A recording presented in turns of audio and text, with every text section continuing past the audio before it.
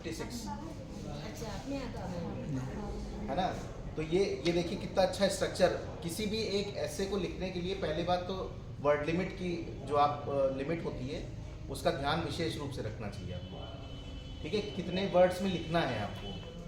Suppose ये आगे पीछे दोनों अगर लिखा हुआ है तो ये ऑलमोस्ट 200 वर्ड्स। आप ऐसे समझो कि एक पेज में लगभग 100 वर्ड्स का ऐसे आ जाता है।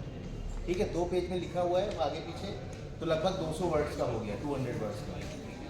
दूसरी चीज़ क्या होती है कि ऐसे का इंट्रोडक्शन, जैसे अगर थीम इसमें सरदार वल्लभ भाई पटेल है तो आप लौह पुरुष ये करके जो इंट्रोडक्शन इसमें लिखा हुआ है उसकी प्रस्तावना जो है वो आप कैसे लिखेंगे ये बहुत इंपॉर्टेंट होती है।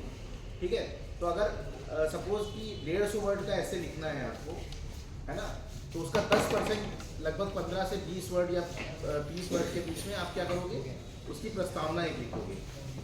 ठीक है, और जो अलग अलग पॉइंट आप लिखोगे, जैसे एक ऐसे में कई आयाम में ऐसे लिखे जाते हैं कि मतलब एक में तो आपने सरदार वल्लभ भाई पटेल के बारे में बेसिक इन्फॉर्मेशन दे दी कि हाँ उनका जन्म कहाँ हुआ, उनको क्या लौह पुरुष के नाम से जाना जाता है, या इस तरह की चीज़ें। उनके द्वारा जो जो अलग अलग डायमेंशन में वर्क किए गए कि उनका पॉलिटिकल करियर कैसा रहा, राजनीतिक रूप से उनकी सक्रियता क्या रही है, ठीक है, भारत के स्वतंत्रता आंदोलन में उनकी क्या भूमिका रही, ठीक है, उनके व्यक्तिगत जीवन की कुछ उपलब्धियां, है ना, इस तरह की चीज़ें जो है वो अलग अलग एक पैराग्राफ में एक बात करोगे